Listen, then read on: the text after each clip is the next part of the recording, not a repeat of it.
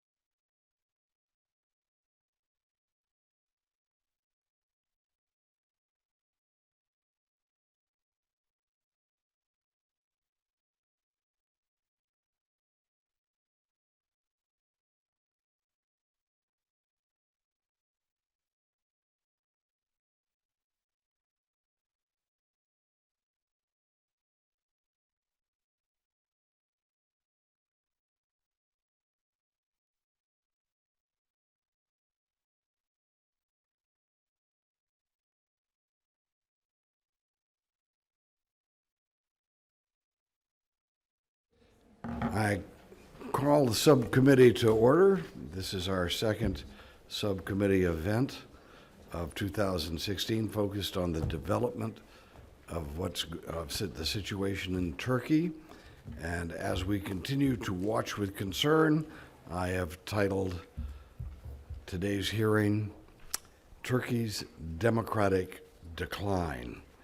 Let me say from the offset that our comments and even our criticisms of the Turkish government are predicated on a deep respect for Turkey and the Turkish people.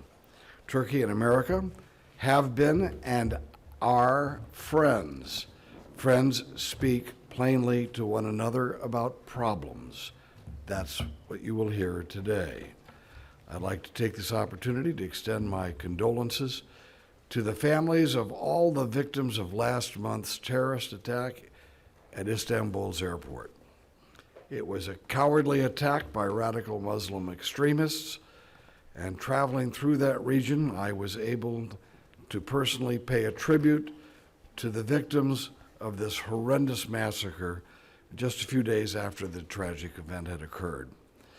Our expressions reflected those expressions of sorrow, expressed and reflected those of the American people. Turkish victims are no different than American victims.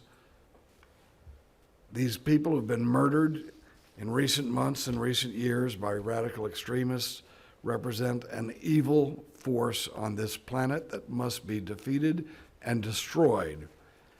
And both of our countries, Turkey and the United States, will be a safer people and place when that happens.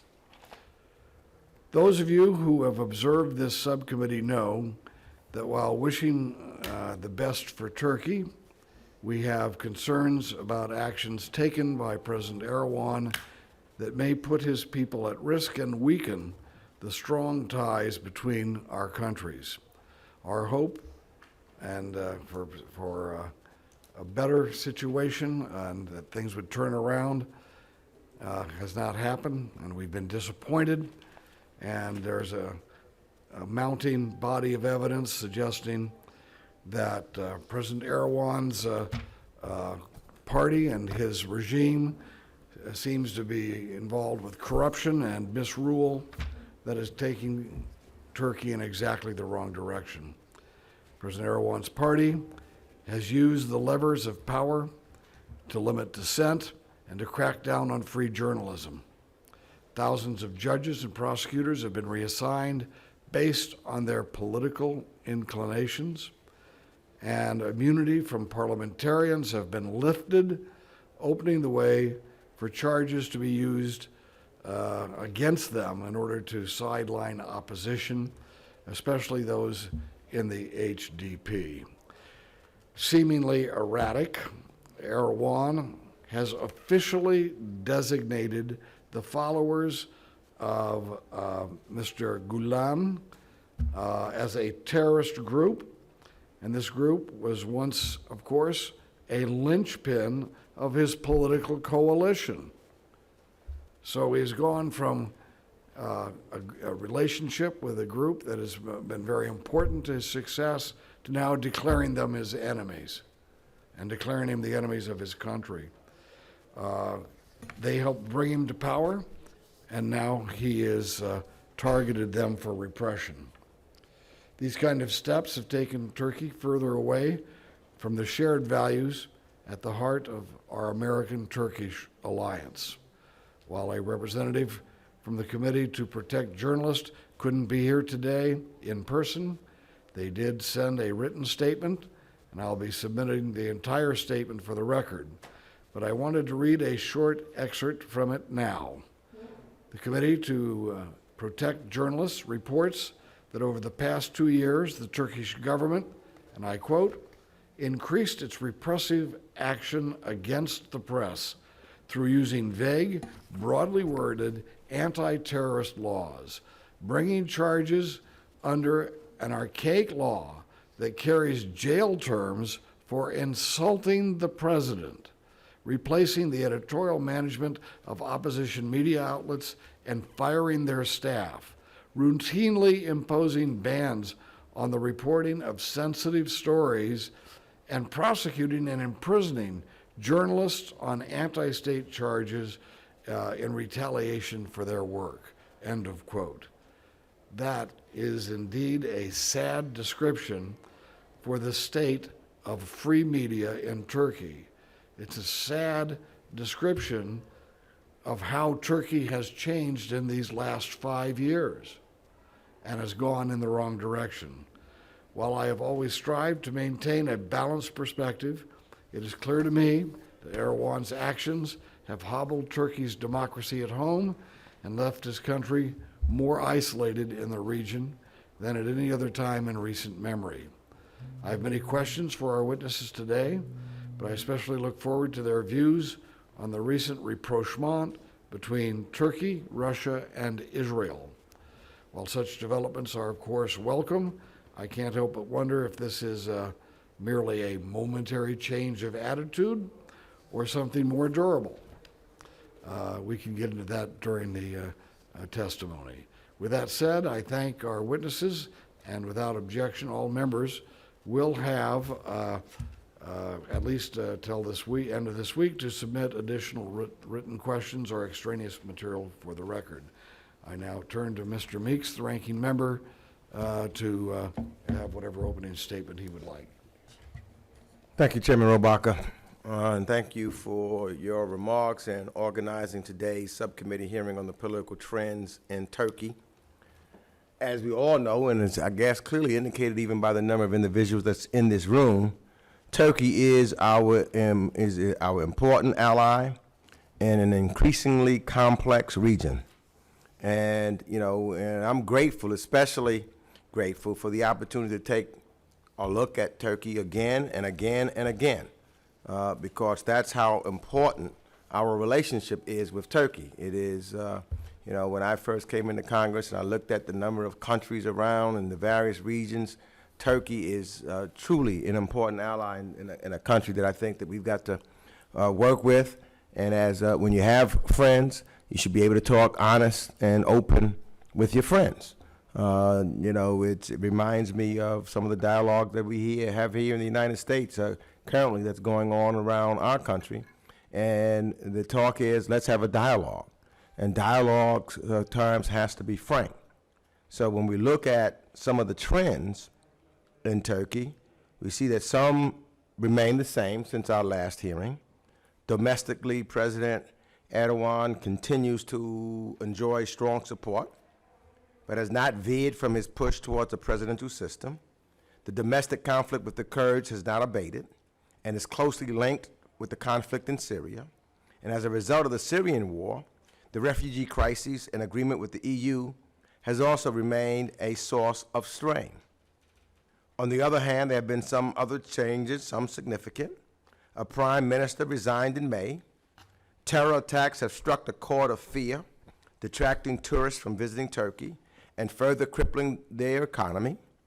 These attacks test our resolve, our common values in an open society, and tip the balance between liberty and security.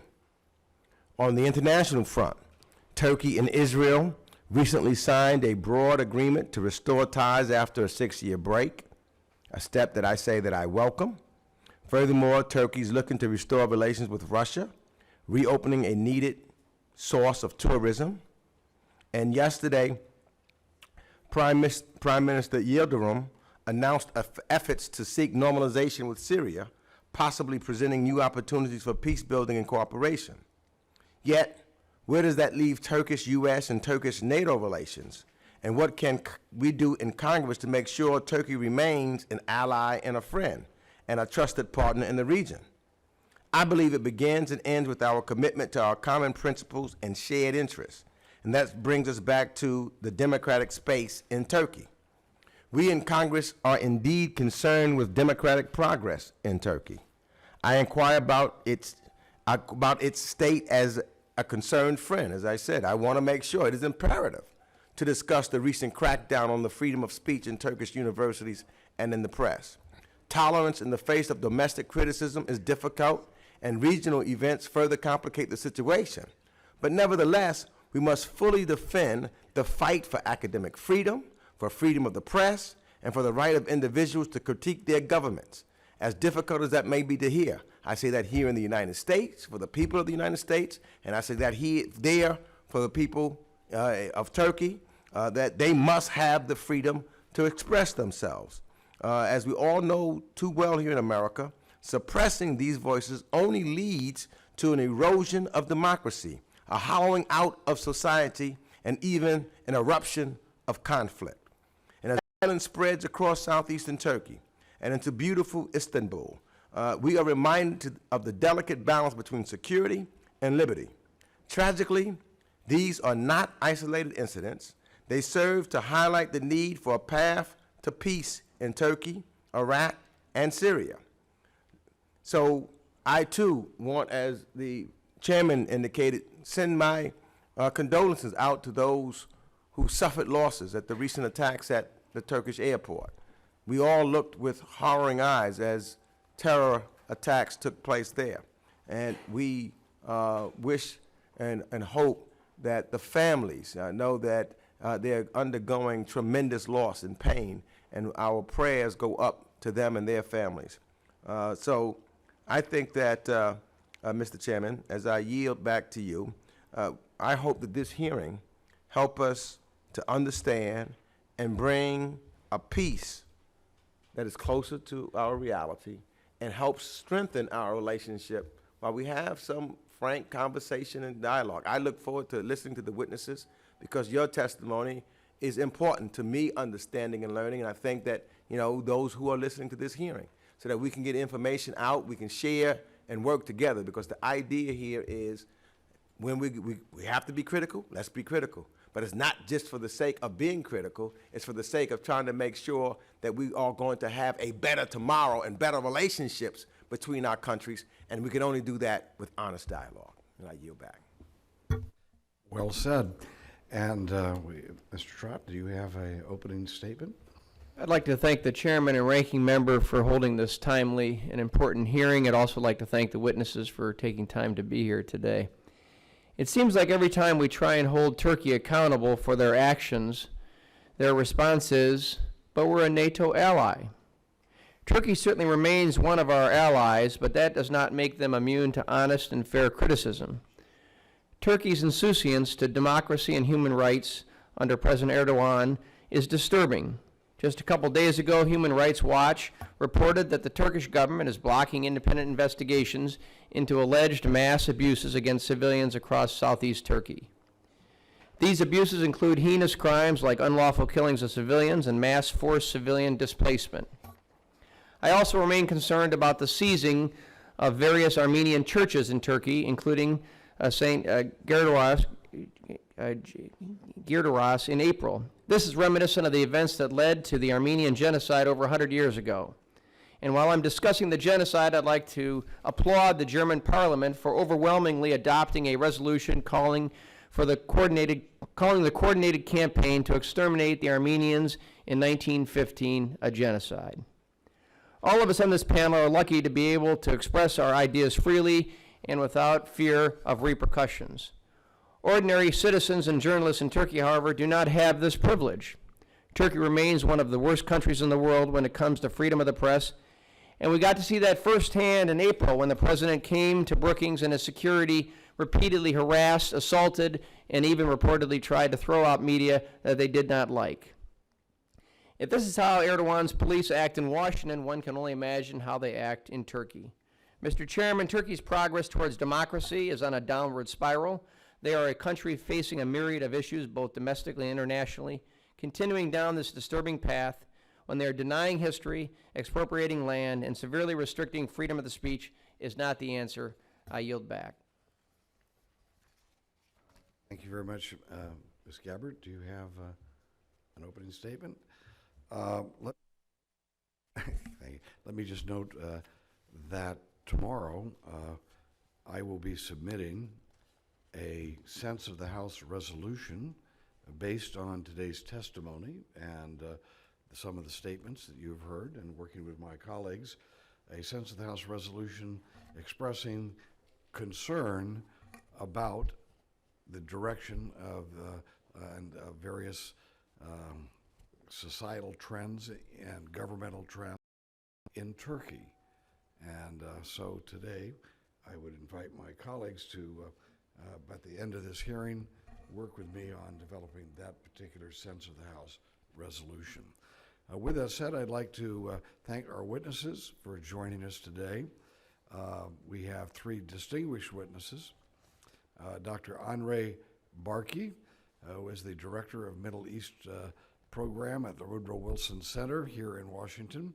Formerly, he was a professor at Lehigh University, and authored several books on Turkey and Kurdish issues, and served as a member of the State Department's policy planning staff.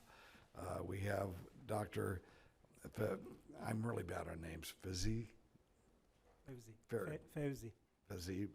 and Fawzi Bilgin. there it is.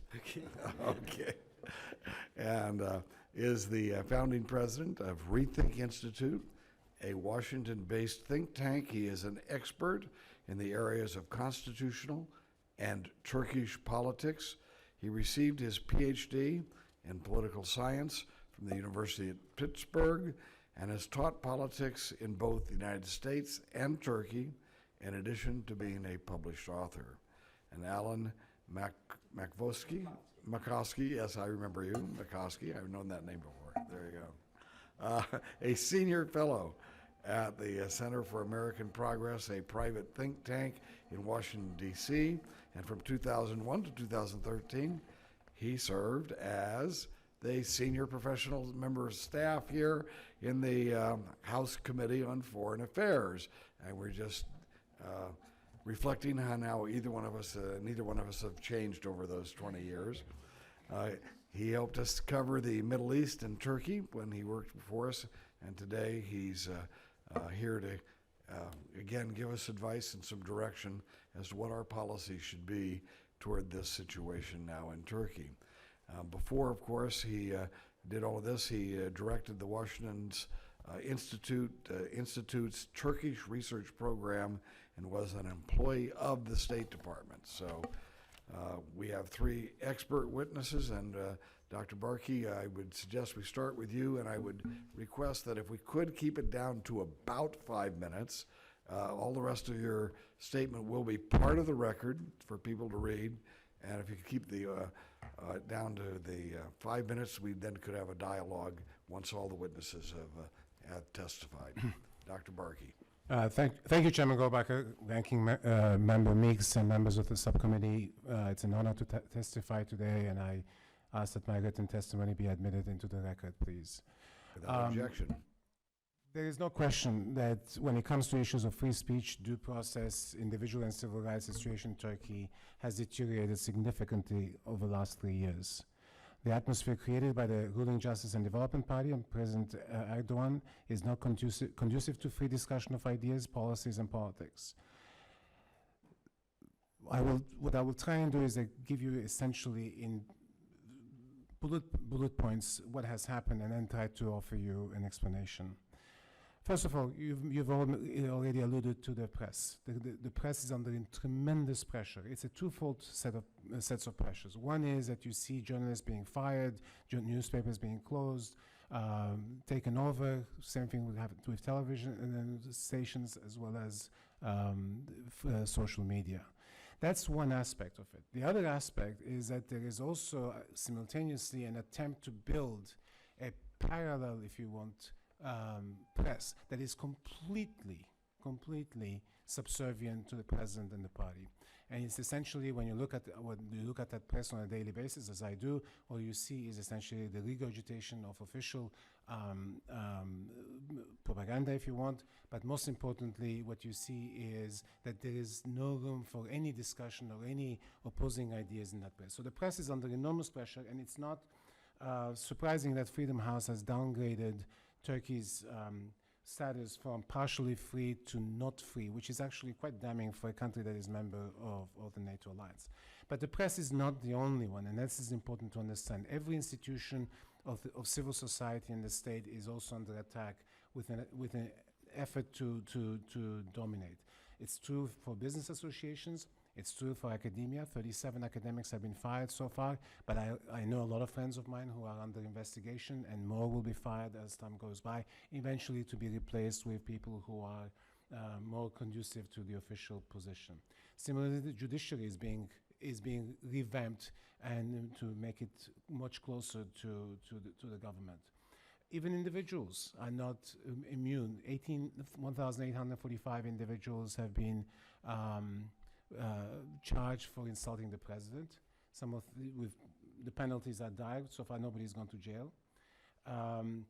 And even former allies of Mr. Erdogan are under similar pressure. So why is this change? I mean, the interesting thing is that Mr. Erdogan and his party came to power, and in a paradoxical way, it was the biggest and most important opening of the Turkish political system ever, since 1923, I would say.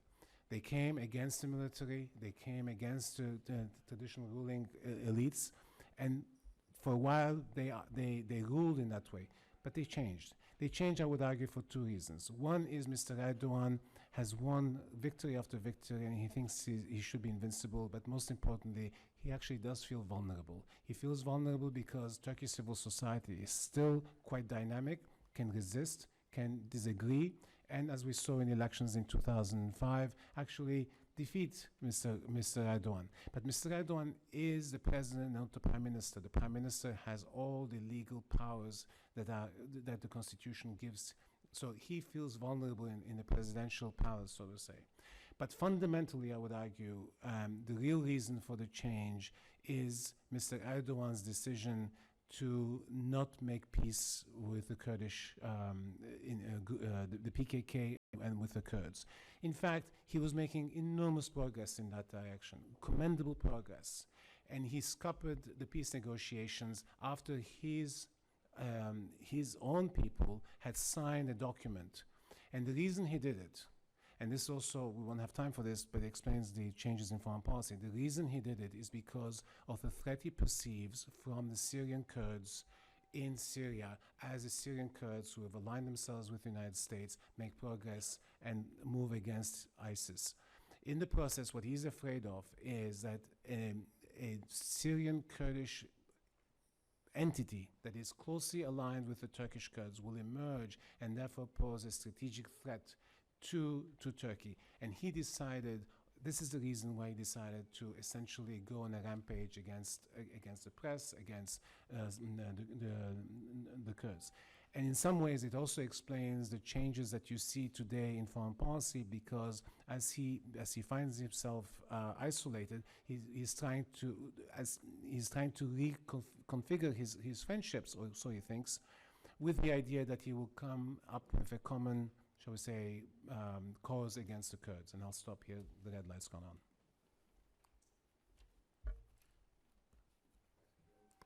Dr. Bilgin? Well, Chairman Rohrabacher, Ranking Member Meeks, and the members of the committee, thank you for the opportunity to testify before you today on Turkey's democratic decline. And I ask that my full written testimony be admitted into the record. It is fair to say that all the major political developments in Turkey in the last 5 years can be attributed to Recep Tayyip Erdogan's presidentialist aspirations. A de facto Turkish-style presidential system is already in place, where Erdogan appoints and dismisses prime ministers, shapes the cabinet, packs the court and bureaucracy with sworn loyalists. The final step is to be a constitutional amendment that will set the new regime in stone. Freedom of speech and freedom of press is under fire. Thousands of journalists were already fired since 2013. There is no mainstream media left, only a few daring but small outlets for dissent. Independent media outlets are seized or censored, and social media is routinely blocked. An important casualty of Erdogan's political aspirations and Turkey's democratic decline is the community known as the Gülen or Hizmet movement. The government has targeted the movement, especially since the outbreak of the corruption scandal in Turkey in December 2013. According to Erdogan and his lieutenants, the corruption allegations brought forward were in fact an insidious attempt to topple the AKP government. They claim that this was orchestrated by Gulen movement affiliates nested in the judiciary and police forces. The Gulen movement, on the other hand, has vehemently denied these allegations, calling them baseless accusations serving to cover up the corruption. The movement essentially is a faith-based network of individuals, organizations, institutions inspired by the ideas of Turkish Islamic scholar Fethullah Gülen, who is now residing in the United States. It subscribed to a moderate Sufi version of Islam, along with emphasis on interfaith dialogue. In Turkey, the movement established private high schools in every town, most of which became nationally ranked institutions. Graduates of these schools moved on to both the public and private sectors. Many joined the government bureaucracy. The movement also launched influential media outlets in Turkey. The network showed noticeable efficiency, dynamism, defying the traditionally introverted and subdued culture of Turkish conservatism. However, the movement quickly overreached itself in Turkey. The sheer size of the network exposed it to the ill intentions of those who sought influence and leverage. A penchant for high politics in some circles seemingly undermined the message of tolerance and inclusion that characterizes the larger movement. The media affiliated with the movement, on the other hand, while promoting democratization, demilitarization of politics, and EU membership, alienated the foes of the AKP government, which in better days was pursuing those very same objectives. The reputation of the movement media was also tainted when they underemphasized the irregularities and misconduct during the coup trials several years ago of military officers, journalists, and academics. The movement in Turkey now faces blanket persecution. According to the state news agency, as of July 2016, more than 4,000 individuals have been detained and about 1,000 have been sent to jail. The detainees are from all walks of life and include businessmen, doctors, teachers, journalists, academics, philanthropists, and even housewives. In addition, the government is taking over private high schools and colleges and charity organizations that were established by the movement participants. Businesses that have financially supported those initiatives are seized on a daily basis. Many have had to flee the country to avoid detention. The remaining hundreds of thousands of individuals that are ordinary citizens dedicated to education, charity, and service, and unrelated to the so-called political struggle, are awaiting their fate. The movement-affiliated media has been subject to a violent and illegal takeover, including the highly circulated Zaman and Bugün newspapers and several TV stations, resulting in the firing of thousands. As an annual report published by the US Department of State attests, Turkish courts have been bowing to political pressure in the last few years. As a result, people in the movement, as well as other dissidents, do not have a chance to stand a fair trial, despite very serious accusations leveled against them. Human Rights Watch stated that the persecutions for membership of an alleged Fethullah Gülen terrorist organization are ongoing, although there is no evidence to date that the Gülen movement has engaged in violence or other activities that could reasonably be described as terrorism. But the lack of evidence of criminal activity did not prevent the government from designating the movement as a terrorist organization. This move allows the government to implement harsher anti-terrorism laws for Gülen movement cases. The Turkish government also continues to harass the movement outside Turkey. The foreign governments are pressured to shut down schools and other institutions affiliated with the movement in their countries. The Turkish government has long sought Gülen's extradition to Turkey from the United States. Thus, they launch a litigation campaign against the movement affiliates in the United States. And most recently, a US federal judge dismissed such a lawsuit in Pennsylvania. And thank you.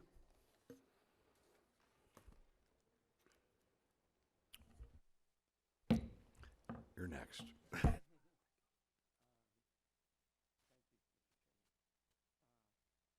Chairman, Mr. Ranking Member, members of the subcommittee.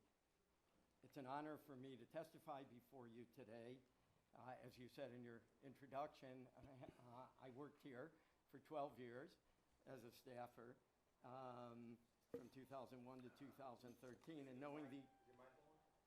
Oh, I'm sorry. Now it is.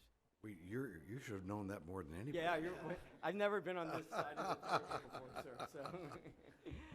Go right ahead, Alan. I was always a quiet staffer in the back. Anyway, I just wanted to say, that as a staffer and knowing the great importance accorded hearings such as these, I am deeply privileged to have been invited to testify. I thank you. I respectfully request that my written testimony submitted be entered into the record, and I would like to join you, Mr. Chairman, in the condolences you offered to the Turkish people on the June 28th attack on the Ataturk airport. The title of this hearing, Turkey's Democratic Decline, sets out the problem. Turkey's democracy, never as good as it should have been, is indeed rapidly deteriorating. On virtually every front, media, judiciary, political governance, Kurdish rights, private business, universities, as my colleagues here have all detailed, freedom is diminishing and power is being concentrated in President Erdogan's hands. Arguably not since the death of Turkey's founder, Mustafa Kemal Ataturk, and certainly not since the advent of free elections in Turkey in 1950, has one man held so much power in the Turkish system. President Erdogan's primary focus, perhaps more correctly his obsession these days, is to formalize a presidency-based system in Turkey in place of the long-standing parliamentary system. His second and third ranking priorities, probably in that order, are ridding Turkey of any Gulenist influence, real or imagined, and defeating the PKK, and related to that, quashing any Kurdish movement for collective rights. Certainly because of the horrific terrorism staged by ISIS over the past year in Turkey, I have no doubt that fighting ISIS has also become more of a priority for Turkey, and Turkish officials now speak of the importance of fighting ISIS and the PKK simultaneously. But I don't believe that President Erdogan yet sees ISIS as quite as serious a threat to his power and to Turkey as he sees the Gulenists and the PKK. I know there's already a lot of overlap in this testimony, and I don't want to do another catalog of all the human rights abuse. Let me throw out on freedom of the press, yet another NGO's report. Reporters Without Borders, in its 2016 World Press Freedom Index, actually ranks Turkey 151st out of 180 countries, 3 slots behind Russia, by the way. So it's not a positive record. Another study has said that 70% of the Turkish print media and a similar portion of the electronic media is now a mouthpiece of the government, either owned directly or slavishly supportive of the government.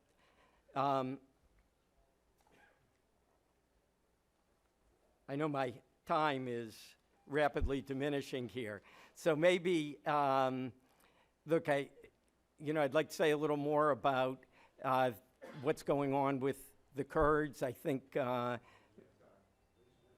Ranking Member Meeks, you very specifically, I think in the last hearing in February, you talked about the importance of dialogue today, and you analogized it to the civil rights movement in this country, which I'm certainly old enough to remember and to have been a small part of. Look, I think what's going on, the collective assault, the assault on the Kurds in the southeast is a terrible mistake. The PKK is not blameless. It was a mistake for them to declare autonomy in various zones, to goad the Turks. It was a mistake for them to build up their weapons during the ceasefire. But the response of the Turkish military, I think, has really caused tremendous destruction, dislocation that at one point was several 100,000 displaced persons within Turkey. It got very little publicity. And, you know, we saw some of the pictures like from Cizre that reminded us of pictures from Kobani. Again, I don't think the PKK is blameless, but I think the approach that Turkey has taken is completely wrong and has alienated the Kurdish population and made it more difficult to enter into that dialogue that you spoke about. In my written testimony, I speak a bit about what the future should be of U.S.-Turkish relations. I don't have time, I don't know if I have time to just quickly list a couple of the principles, but We'll get it in the questions. There you go. okay, I'll be happy to end it there. Thank you. All very right. My first question is, what were you just going to say? Well, look, I think first and foremost, Turkey has always been an ally valued for its strategic location. That's been the centerpiece of our relationship. The more pressing our need for access to Turkish bases, most famously Incirlik Air Force Base, the greater Turkey's leverage in our bilateral relationship. And of course, when we're fighting a war, as we are now against ISIS, that need for access is quite pressing. It can be tempting, therefore, not to say much publicly about Turkey's democratic shortcomings, out of concern that Ankara's response will be to deny us access. It is important to do our best not to give in to that temptation, lest we appear cynical about our own values and lest we dispirit those many Turks who look to us for support on legitimate issues of freedom. At the same time, when we criticize, we should criticize as a friend, as you said, Mr. Chairman, not as an antagonist. I would say that perhaps we might think of the following principles. First of all, we should be fully supportive of Turkey regarding external threats. I think it was a mistake for us to withdraw patriots from southern Turkey last fall, just as the Russian buildup was starting. I think we should make more port visits to in the Mediterranean, as I've heard requested from Turkish officials. Second of all, we should be supportive in principle, as we already are, of Turkey's right to defend itself against the PKK, which is on our terrorism list because it kills civilians. But the Turkish assault on several cities and towns in its southeast, as I said, has created mass suffering and deep alienation that only complicates Turkey's relations with its Kurdish population in the future. We should speak out strongly against abuses of freedom of the press and politically motivated arrests in Turkey. I know President Obama and Vice President Biden have made important gestures in that regard this year. And fourthly, we should also strongly support the right of the Kurds to cultural freedom and democratic expression. That means speaking out about all Turkish government efforts to quash the Kurdish movement by criminalizing freedom of speech, removing the Kurdish presence in parliament, again, as we've heard already, and by using excessive force that amounts to collective punishment. And, okay, I'll just, if I could, Mr. Chairman, just quickly add, I do think we have to prepare for a better day also. I know that NDI and IRI have some important freedom-supporting programs in Turkey, and I think it's important that those be supported. We will note that, and I think that it's always important for us when we're dealing with a country that has been so close to us and such a friend, that whenever there are some very noticeable areas of conflict where we disagree now and that we're not operating, that we make sure we do our very best to confront those issues in a way that will facilitate more friendship rather than driving a country away. And that's hopefully what we're doing today. Where does the panel come down on this, the fact that Turkey now has apologized to Russia on shooting down the plane? Let me just note that I was horrified that they shot the plane down in the first place. And now they're apologizing for it. What's that all about, and what's all this about, where we have Turkey has made very, hostile moves towards Israel in the last few years, and now it seems to be reaching out to go the opposite direction. What's the take of the panel on those two things? Doctor? Well, I would first of all, I would say that in the Russia case, it was very clear that they had made a huge mistake and they paid a very big price economically with the collapse of tourism. Tourism collapsed because of the violence and the terrorism, but also because the Russians. The deal with Israel is actually more interesting. I don't think it's a real warming up of relations. It's more cosmetic, but fundamentally, it's not about foreign relations or diplomacy, but it's about gas. The Turks want, and Israelis also very much are pushing for a gas pipeline from the Israeli gas fields, which will go through Cyprus and then to Europe. And in fact, there's a way in which this is a good sign, because that means that maybe there will be a deal on Cyprus, that we're moving towards to Cyprus. But the unfortunate aspect of this is that this charm offensive has, especially with Syria now, has another downside. It has a major downside to it, and it is possible that Erdogan is going to double down on the PYD in Syria and on the PKK in Turkey, in a way in which Erdogan sees the PYD as essentially the most important threat to Turkey, because he thinks, because the PYD is a creation of the PKK, that you will have essentially a front, a Kurdish front. Paradoxically, the Turks, who used to be very opposed to the KRG, to the Iraqi Kurdish movement, are now very close to it. They could have done the same thing with the PYD. The PYD was looking to establish relationship with the Turks, but for Erdogan, he made a strategic decision. And all this charm offensive now, all this moving around, I fear, is for a doubling down on the anti-PYD policy, and I think that's going to be problematic for us, given the fact that we have now a relatively robust alliance with the PYD in fighting against ISIS. And that's the thing we need to watch, I think, much more carefully than anything else, which have immediate repercussions.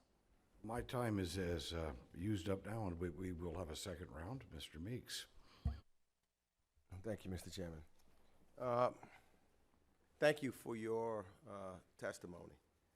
And I just want to see if I can get some further understanding domestically what's going on. And you're right, as I was trying to identify in the past, talking about some of the lessons learned from us in the United States and what's taking place. It's the prism from which I work. So, for example, when someone tells me that the Turks are trying to pack the court, I don't get too upset at that, because we're trying to pack the courts here also. You know, that's been the big issue here. Who's going to win this election so that the Supreme Court, it makes a difference. So that I'm not upset about, but I am upset about when there are journalists and others who want to express what their views are, and that they are incarcerated as a result of that. And or when there's the big debate, which my question is now, that's taking place about constitutional reform process, of which I'm not clear on. So I know that there's some renewed talks about the constitutional reform process. I know it took place prior in 2012, and things broke down. So my question is, where are we now, and what is at stake in regards to this dialogue internally, and the prospects for greater instability internally in Turkey, and how will that affect us as an ally? Well, let me just interject here. The constitutional reform is kind of like important aspect of the last really several years of Turkish politics. As I mentioned, that it's all started with Erdogan's presidentialist aspirations. Technically, nobody know or nobody understand why presidentialism is needed in Turkey.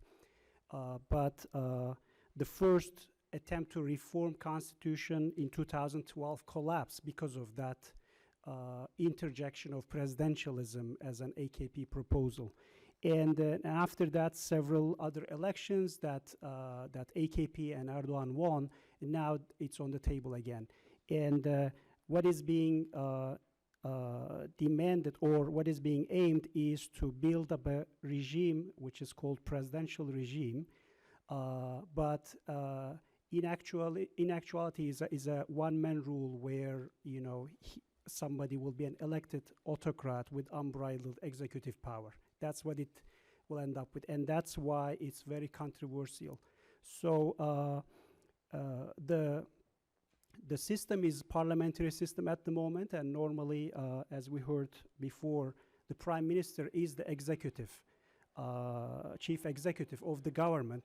But there was just a switch of prime ministers last month, and everybody forgot about that already, I think, because everybody knows who's pulling the threads. So, people are afraid, are concerned that, as Erdogan, as powerful as he is now, how is he going to be when he is an elected president with all these powers? So that is a major concern, and the timeline goes, either we need a constitutional amendment in the parliament or a referendum. Let me just ask then, maybe Mr. Barkey, given that, could there be, if, there's talk about a constitutional reform process, could it be a fair election or not? I mean, I recently just seen what took place in the UK, and whether they're going to, stay into the EU or not. But that seemed to be an open and a fair election. So are you saying that there cannot be an open and fair expression of the people of Turkey, that it will be so weighted down because of the heavy-handedness of Mr. Erdogan that it won't be transparent and clear? Is that? Look, in Turkey, historically, elections have been clean, and people have enormous amount of trust in the electoral process. But for the first time now, that faith in the electoral system is disappearing very quickly. And it's clear now that we will not get fair elections anymore. There are enough people who are now saying that the system is rigged. The AKP gets enormous amount of money from contributions from businesses that gets funneled so that they can use for electoral purposes. The press is completely controlled now. You have about 70%, I think it's even higher, by the government and its allies. Therefore, you cannot have free elections, or should we say fair elections. Free elections, yes, but not fair elections, which is really contrary to, since 1950, a process of free and fair elections. My last question on this round then would be, would you say that, or is the fact that the outside, what's going on in Syria, what's going on with the PKK, what's going on with the PYD, does that have an effect domestically also on whether or not the Turkish people allow, the authoritarian policies to increase that it seems to be happening now in regards to Mr. Erdogan? Well, unquestionably, whenever you can pose the PKK, the Kurdish threat, as an alien threat, and that allows you to clamp down, obviously, on freedom of speech. Therefore, that affects the elections. I mean, by definition. And if you go to the southeast, I mean, in the Kurdish areas, you have this amazing military presence. You have this amazing oppression that you see. So yes, I mean, the notion of, plus people have been displaced. If 500,000 people have been displaced, where are they going to vote? How are they going to vote? Are they going to be able to vote? What happens to the Syrian refugees? Will they be able to vote? I mean, there's all these things now going on that has undermined people's confidence in the electoral process. Mr. Trott. Thank you, Chairman. My questions are to the entire panel, and anyone can feel free to opine. I wonder if anyone could give me insight into what the status of the Armenian churches that were seized by the Turkish government, and what the status of the churches are at this point.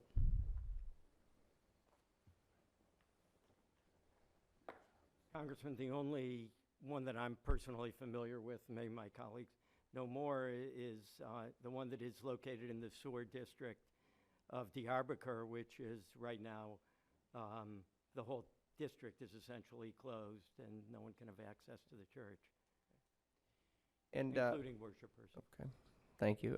With respect to the Muslim Brotherhood, so they've been shunned by much of the Middle East, but the president has chosen to embrace them. Are they still controlling channels on television? What's the reason behind that, and why shouldn't we be concerned by that? The Muslim Brothers, there was a support for Muslim Brotherhood. It was a part of a general policy of the Turkey's Middle East policy to basically support these opposition elements that kind of similar or look like AKP. And but now, and as you said, Turkey, some Ikhwan elements were residing in Turkey, and now it seems that Turkey is ready to make a shift again, making a peace with General Sisi, so that it's likely that they'll be kicked out soon, of Turkey. I don't think ideologically that Mr. Erdogan has changed his mind about the Muslim Brotherhood. I think he's very sympathetic to them. He will make, he's a very quick on his feet. I mean, he changes policies when those policies don't work for him, and clearly he's decided now a rapprochement with Egypt and with Israel, given that Hamas is also part of the Brotherhood, is convenient for him. But I would say that fundamentally, in terms of where his loyalties and his preferences lie, they are with the Muslim Brotherhood. So what you will see is probably policies of dissimulation rather than real change when it comes to this issue. Just as a historical matter, when the Sisi takeover happened, it was in the middle of major demonstrations going on in Turkey. I think it brought out Erdogan's paranoia, both in terms of his fear that something immediate from these demonstrations might happen, and also based on Turkish history. I think he's always been concerned about the possibility of a military coup. And so I think that's what it reflected, but I do agree with Henri that I don't think we're likely to see him change his spots anytime soon. And I have to say, I'm skeptical that things will move forward on Egypt anytime soon. His foreign minister has talked about it, but Erdogan has made some very strong anti-Sisi statements after the foreign minister spoke. Thank you. And then lastly, with respect to Turkey's priorities in Syria, how do they align with the United States, and where do they diverge generally? Well, at the beginning, we were on the same page. We both thought that Assad would leave in six months. When that failed, and when the opposition failed to come up with serious resistance to Assad, you saw Turkey support Jabhat al-Nusra.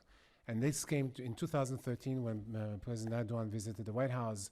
He was confronted with that. He was asked to stop supporting Jabhat al-Nusra. The problem is that in the process of supporting Jabhat al-Nusra, a major infrastructure of jihadist supporters was created in Turkey, who funneled people and arms to Jabhat al-Nusra with government support, but also people who went to ISIS.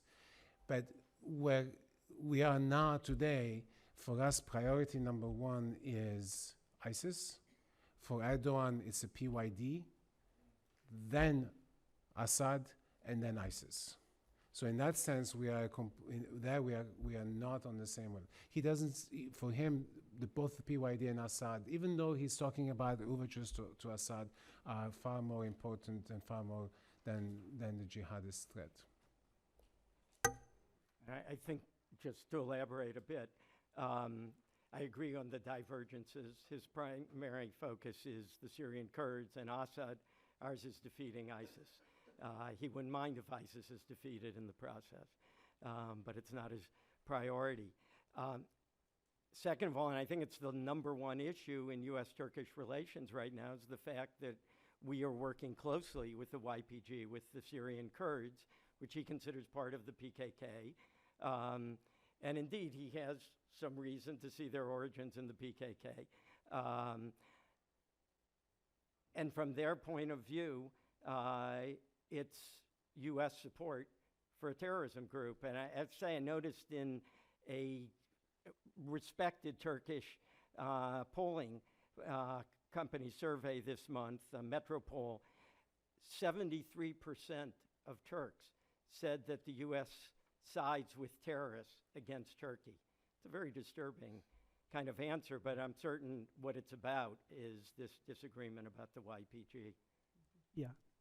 Congressman, despite repeated bombings committed by ISIS in Turkey, an enormous threat that is posed by the domestic operatives, which may number to like in thousands. So far, very few ISIS members were arrested, and no one has been convicted out of terrorism or something so far. So this is kind of unbelievable, basically, given the fact that Turkey has been bombed like one after another. Latest in the Istanbul airport. Maybe Istanbul airport may change the situation. Thank you very much. All right, and now Ms. Gabbard. Mr. Chairman. Mr. Makovsky, your last comment about the poll is interesting because as we look at Dr. Barki's comments about Turkey arming and directly aiding al-Nusra, which is an al-Qaeda affiliate, this goes to the crux of the question of our relationship with Turkey, as our number one priority is and should be defeating ISIS, al-Qaeda, and these other jihadist groups. Turkey is directly and has indirectly been supporting them now for years. So, each of you in your opening remarks spoke about Turkey's democratic shortcomings, lack of freedom of the press, lack of due process, freedom of speech, individual and civil rights violations. We saw in last year how the election went and really how the process was manipulated to benefit Erdogan. We see a direct contradiction in Syria with Erdogan's continued fixation on getting rid of Assad, bombing the Kurds, who have been, without dispute, our most loyal, dependable partner on the ground fighting against ISIS. Turkey's actions have directly strengthened groups like ISIS, al-Qaeda, and al-Nusra. The question is, Turkey's a NATO partner and they claim to be an ally. When you look at all of these issues, both with democratic values as well as objectives that are directly counterproductive to ours and threaten our security, how can you make the argument for NATO, for Turkey to maintain its status as an ally? And the follow-up to that is, do you see the current government, do you see a path forward for Turkey being capable of or even interested in changing their policy so that they can actually truly be an ally and a partner? $64,000 question. Look, it depends a little bit on the position we take in U.S. government. Look, I spent time in U.S. government. I follow carefully. We tend to always shy away of pushing very hard with the Turks because we're always afraid that because we have so many issues on a daily basis. Turkish and American bureaucrats talk on 1,000 different issues. We're very close allies. And there is a constituency for this alliance in Turkey. That's the problem. I think is that before Erdogan and with Erdogan, we have very rarely stood our line. Let me just say, look at Putin. Not that I want to praise Putin here, but he stood his ground with Erdogan, and then Erdogan had to essentially capitulate. It reminds me what an Arab diplomat told me in Iraq this year, said, we hate what Putin does, but we love the way he does it. Can I just ask you a follow-up? You said we have very rarely, if ever, stood our ground Right. against Turkey. Right. What is the source of this great fear that would cause the United States of America to cower in fear and not standing our ground? Well, look, there's always the basis. There's the NATO relationship. There's the ability of, we are too integrated with Turkey. And in general, the bureaucracy is very much afraid. The decision to support the Kurds in Syria at the time of Kobani was taken by the president against the position of the State Department and White House allies, aides, right? They were saying, oh, the Turks will be very upset. He did it, and look at the benefits, because the Turks were not opening the bases to the U.S. until then. Once they realized that we were aligning ourselves with the YPG, suddenly they opened the bases. So there's a way in which we can stand our ground. Turkey's an ally. Even if Erdogan is problematic, even if there are lots of people in Turkey, but at the core, this is a long-term relationship which we have not known how to manage well. I think the reason for U.S. reticence is because Turkey is such a strategic ally because of its location. It is. Yeah. I think we have been concerned that if we speak out, that we will lose access to to important assets like Incirlik Air Force Base. And I think that is what has inhibited us.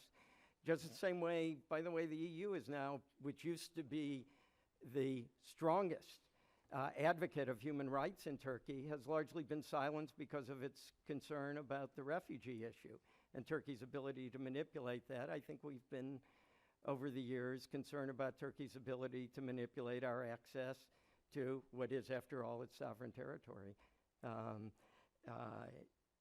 Incirlik Air Force and other places. I think we do have to consider, I hope this is going on somewhere in the government, whether there are other assets in the region that, at least over the long term, could be employed in the way that Incirlik is now, almost solely is in Turkey, and it's so that we could lessen our dependence on Turkey. You ask, will they change? I don't think that's the trend. I think the trend is towards greater independence, partly because if you look at the whole history of our alliance with Turkey, it has been one of growing Turkish independence. They started off as a very impoverished third world country, and now they are an upper middle income country, as classified by the World Bank. So there's been a normal trend, whatever the government. Second of all, you have a government which is right now, which is very critical of us and of the West, and has shown very anti-U.S. reflexes. I don't think we're going to get. I don't think we're going to see any change under this government. And Mr. Weber.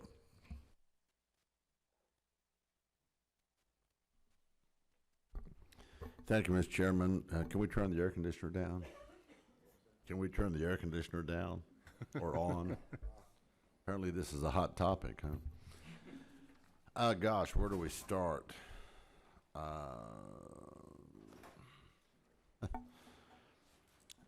Mr.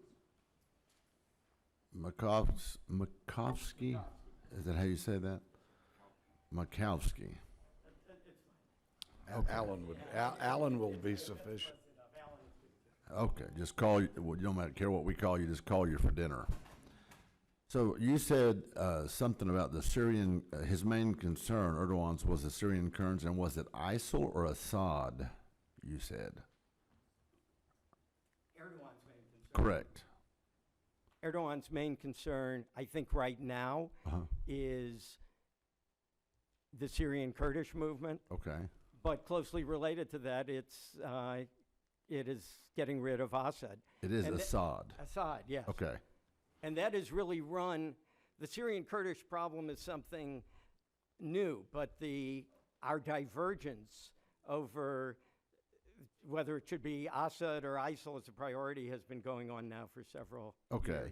And then I came in late, so some of this may be redundant, forgive me, but one of you said, and I think it was you, that a respected polling institution in Turkey, was it Metropole? Mm-hmm. Did a poll, and give me the results of that poll again. Yeah, they asked, I'm getting this approximately right, in the fight with terrorism, who do Western countries like the U.S. and Germany side with, Turkey or the terrorists? And 73% said This was in Turkey? Yes. Inside Turkey? 73% said that we side, the West. Everything sides with the terrorists. so much of what I'm reading is about how he has done away with opponents, starting with Fethullah Gulen and the press, and he's put a lot of them in prison. He just seems to oppress everybody who disagrees with him. How does this polling organization get to ply its trade without him putting them under his thumb?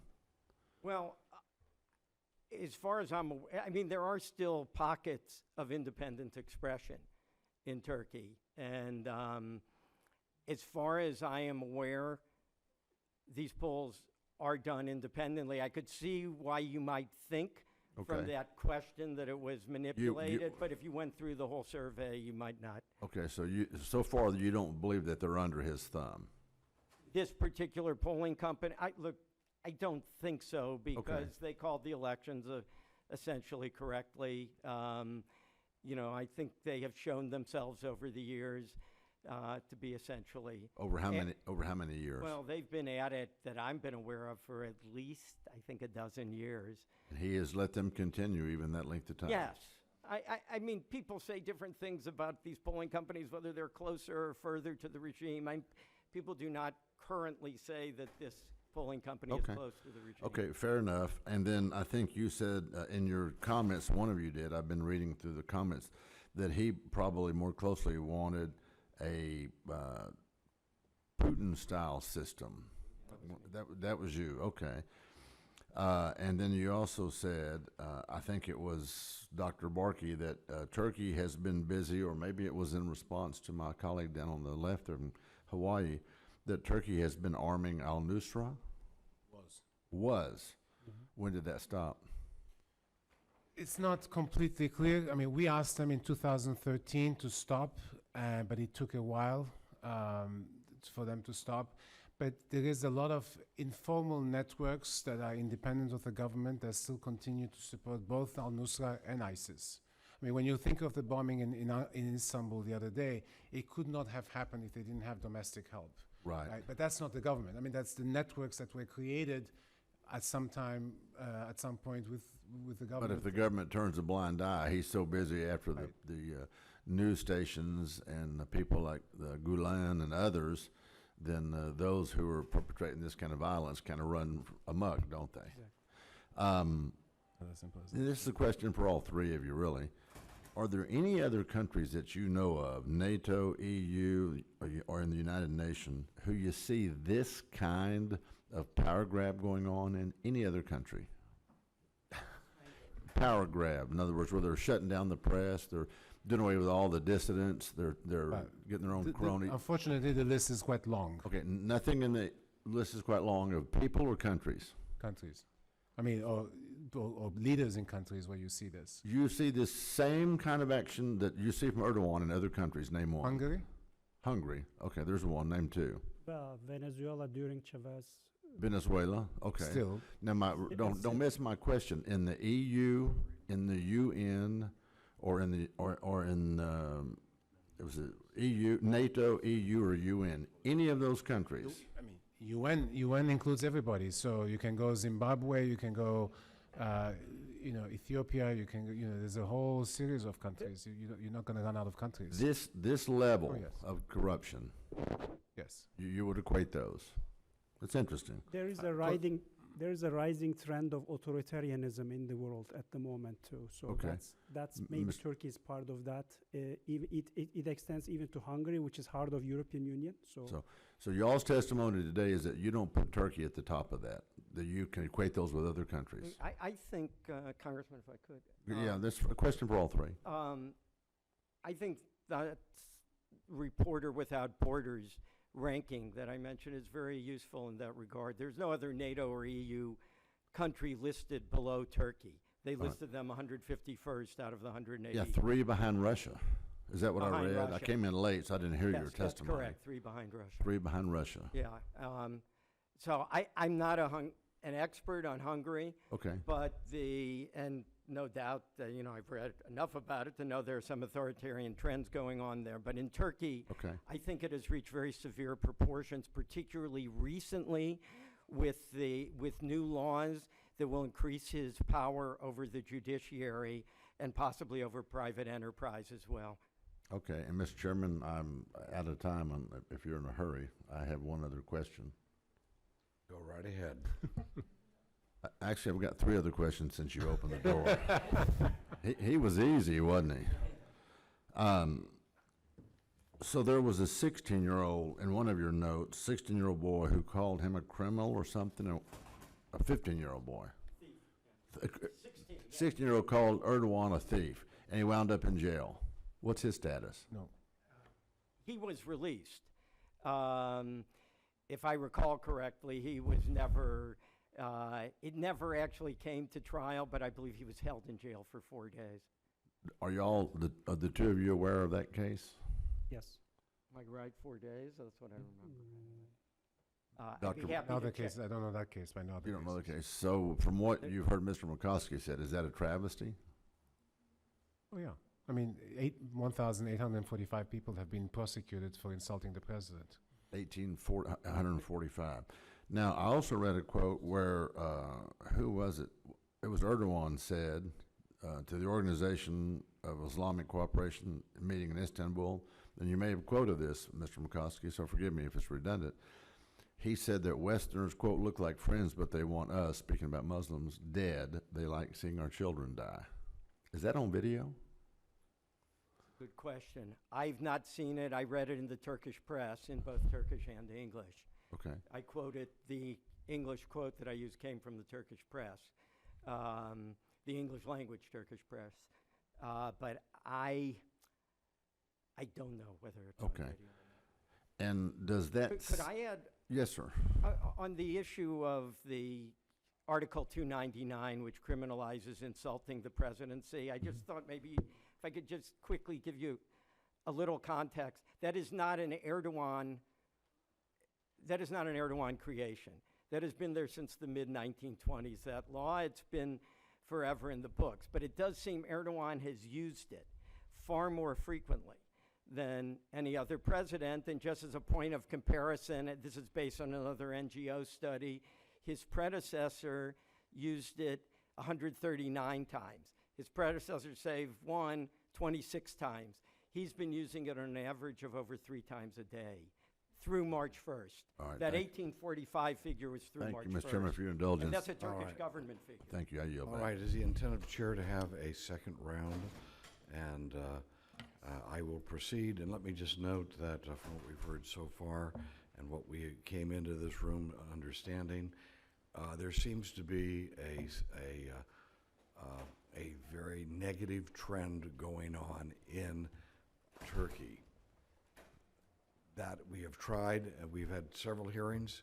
We're trying our best to reach out and try to let the people of Turkey know, let the government know that the United States and the people of the United States are grateful for the friendship that they've shown and really are grateful for the role that Turkey has played over these last several decades.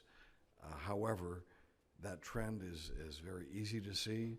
There is a cycle of tyranny and a cycle of radicalization that seems to be going on in Turkey that is frightening about where that could lead. You take a look at what's happened in Pakistan, another country that is strategically located, a friend of ours in the Cold War, and what's happened in Pakistan. I mean, you have a vicious radicalization of various elements in their society in which you have terrorists, a home base for terrorism. Not only in their own country are they repressing their people and radical Islamists, but also engaging in terrorist acts that might even be traced to the Istanbul airport, for all we know, because they have been immersed in this, but yet trying to reach out to Pakistan. We still give aid to Pakistan, even though they're doing this stuff. So I do not believe that what's happening in Turkey is going to lead to a dramatic, departure of our relations, but it may evolve into something that's a nightmare, like is what's happened in Pakistan and our relations today. Let me ask this question of the panel. Does anyone in the panel have any information about or believe that Turkey was involved with taking weapons from Libya and sending them to Syria? Anyone in the panel know anything about that? I'm just probing here. I've heard that charge made, but I All right, can't but produce nobody has any direct information about it.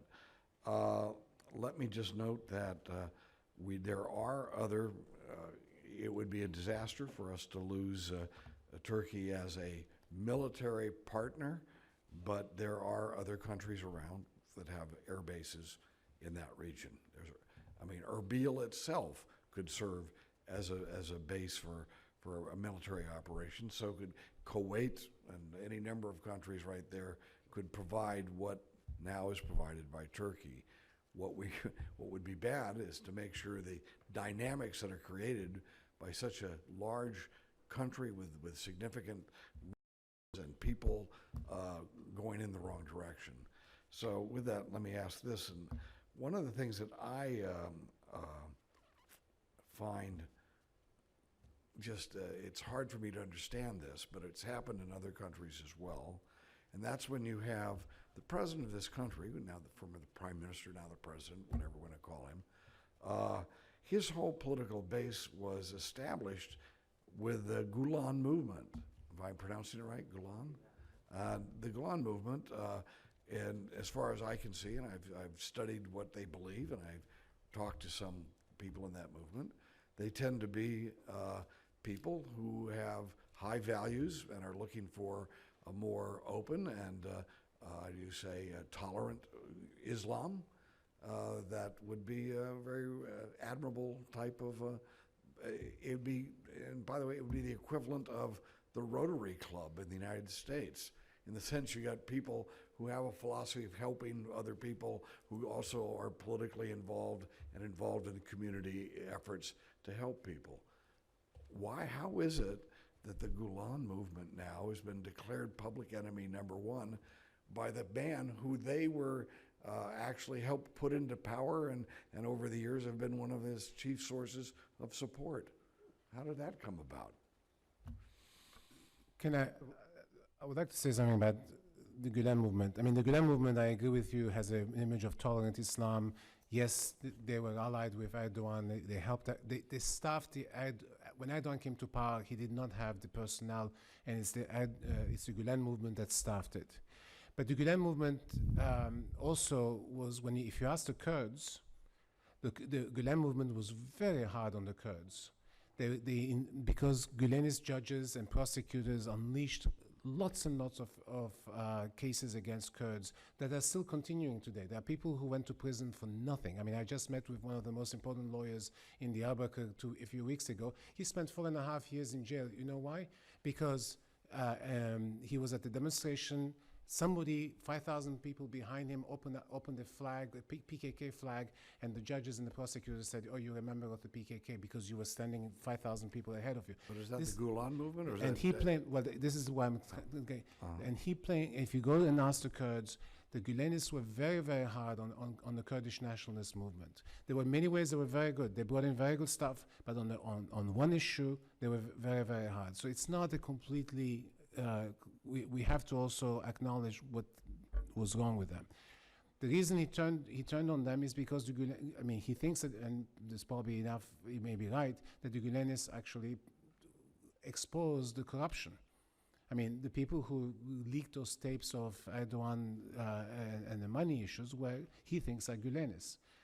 And today, the irony, of course, is that when he came to power and he aligned himself with Gulen against the military, today it's he and the military against Gulen, so the alliances have changed.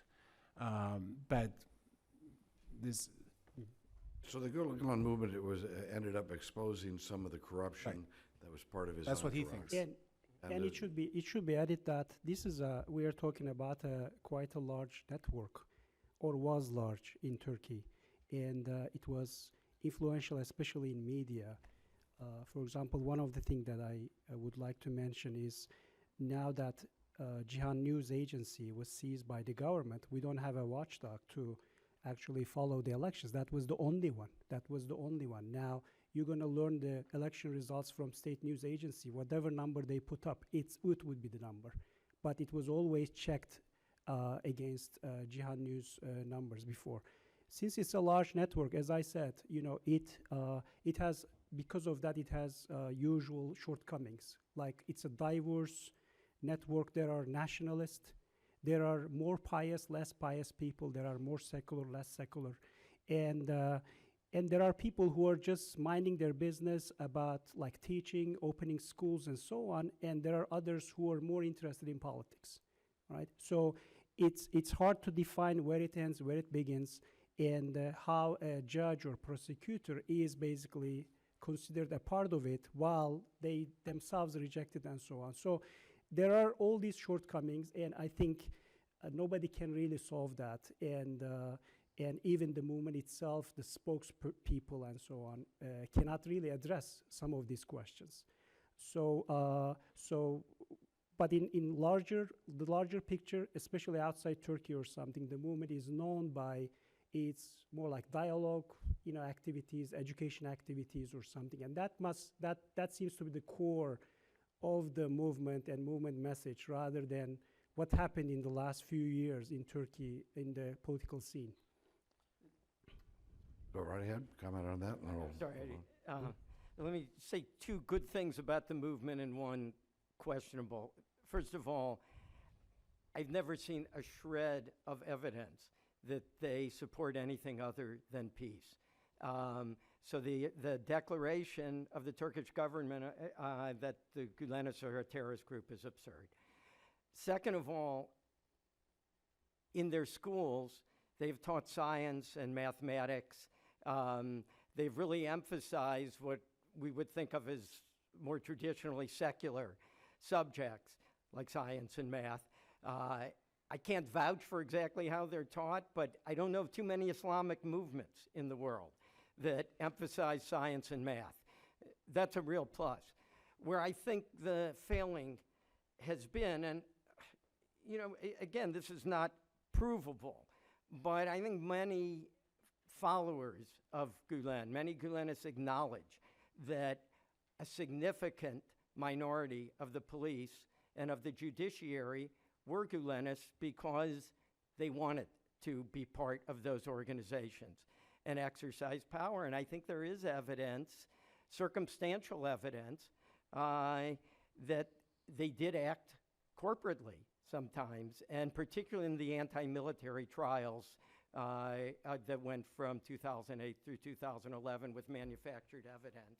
And it seemed to me from just a distance that the Gülenist movement is somewhat like the Masons were in our country's history, back in the founding of our country. They were idealistic people who had an idealistic philosophy, and again, somewhere between the Masons and the Rotary Club. And I think with schools. And just one last note here about Turkey, and I'll have a closing 1 minute statement. Mr. Meeks. Thank you, Mr. Chairman. It's good conversation, and as I'm listening, I'm just thinking in my head that things are always complicated. And I always try to tell my children sometimes, as we are right now with what's going on in America, try to look at something from somebody else's point of view, turn it around. And I, as I've said in my initial story, really concerned when I see the human rights groups and others denying individuals the opportunity to talk, et cetera. But at the same time, I understand that some of the interest that the Turks may have is different than what our interest is, because they're in that region. We're not. I also understand the Turks not necessarily just doing exactly what we tell them because it's just in our interest, and them not seeing it being in their interest, just as I don't expect someone to tell us to do what's in their interest if it's not in our interest. So that happens between countries at times. And so when I listen to, the difficulty for the Turks, when you talk about the PKK, to them, they're Daesh. That's their number one terrorist group. Not to us, because they're not to us, but to us, it's those folks in Syria and Iran who, I call them Daesh because I don't call them an Islamic State. They're not an Islamic. They don't practice Islam. If you talk to any Muslim, so there's conflicting interests that are natural, and so I can't see a head of state of a country saying we're going to forget our national interests to go with someone else's. So our difficulty is is trying to figure out how we can bring it together so that both of our interests are taken care of. So, what am I asking? I mean, I go through this with another country all the time, and maybe I'll ask Mr. Makovsky. And we have this dialogue with the chairman all the time.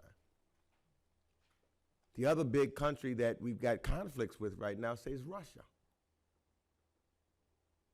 And Russia has different interests than we do. Russia, though similar to Turkey, had an individual that was the prime minister that decided he wanted to be the president. And all of the power shifted. Russia is not with us, we're not with them when they went into the Ukraine. So the first question is, what is the difference, if there's any, because I'm trying to figure out how to deal with both of these countries, between Russia and Turkey?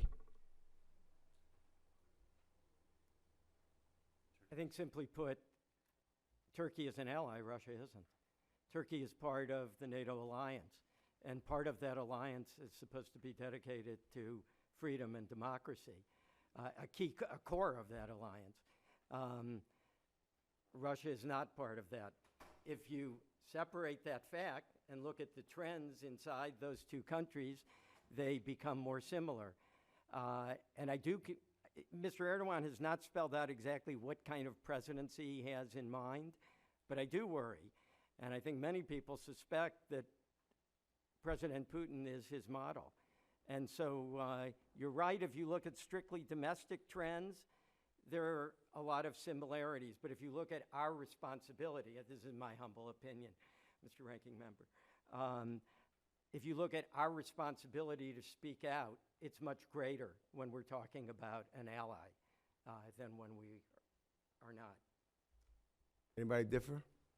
Well, I would like to say that when we look at the larger picture, the political system of Turkey and the people, the public opinion, which may be manipulated, but still is very much kind of embedded in Western alliance, NATO, and European Union. These are hard facts. These are difficult to change, even for a strong person as Erdogan, as he is now, right? So there are two ways to look at this. Sometimes when I follow the developments in Turkey, I just see symptoms of state tradition in Turkey. State tradition in Turkey is a very powerful tradition, which was never democratic tradition. It's always bureaucratic, always prioritize state over the individual. So that has been going on for hundreds of years. It's not going to change quickly, as far as I see. But we can see the anomaly at the moment that we are facing as a phase in Turkey's political advancement, or we may see as a breaking point. It didn't break yet, okay, but it may break. I think these next couple of years or so will be very critical. Let me just ask this then. So what I'm trying to get at, is there a way, just like our priority is to make sure we get rid of Daesh? Now, is it such a priority for the Turks that the PKK don't exist? And just as we want to get rid of Daesh, they want to get rid of PKK. They're saying, based upon, that's what I'm hearing, based upon the poll that you had, they're saying, well, we want you, United States, to help us get rid of the PKK because they're terrorizing us. And so how do we, so there's a balance back and forth, as opposed to, they're saying, okay, we're allies, but we need you to help to get rid of our terrorists. Now, I'm hearing at another point that we need to push back, so we should side with some of those folks that might be against them to shut them up a little bit. So where do we get to a balance? On the PKK issue, remember, the difference between Daesh and PKK is, in the case of PKK, there's an original sin. The original sin is that you've had a Kurdish problem in Turkey that was unacknowledged, repressed very, very violently over the years. Nobody talked about it. We never talked about it until the PKK emerged and made it essentially an issue.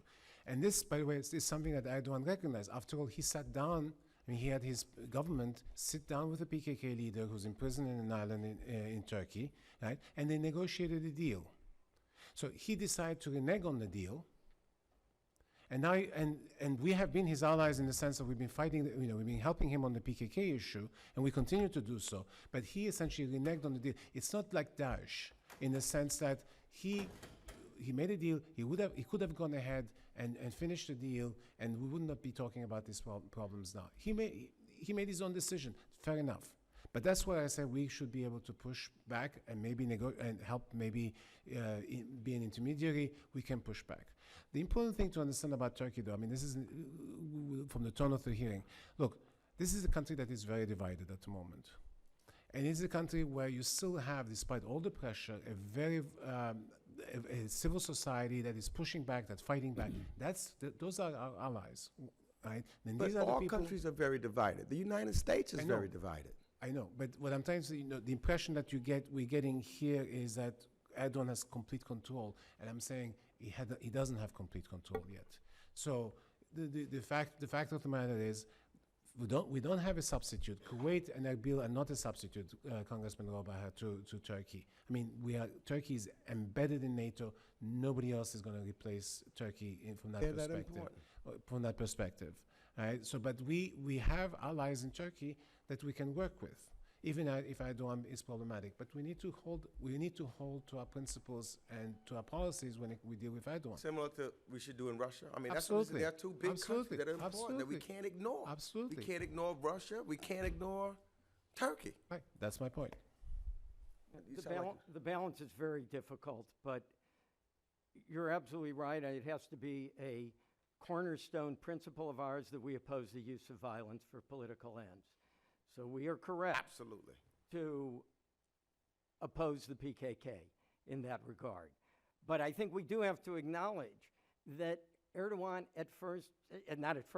Erdogan came around to negotiating with the PKK.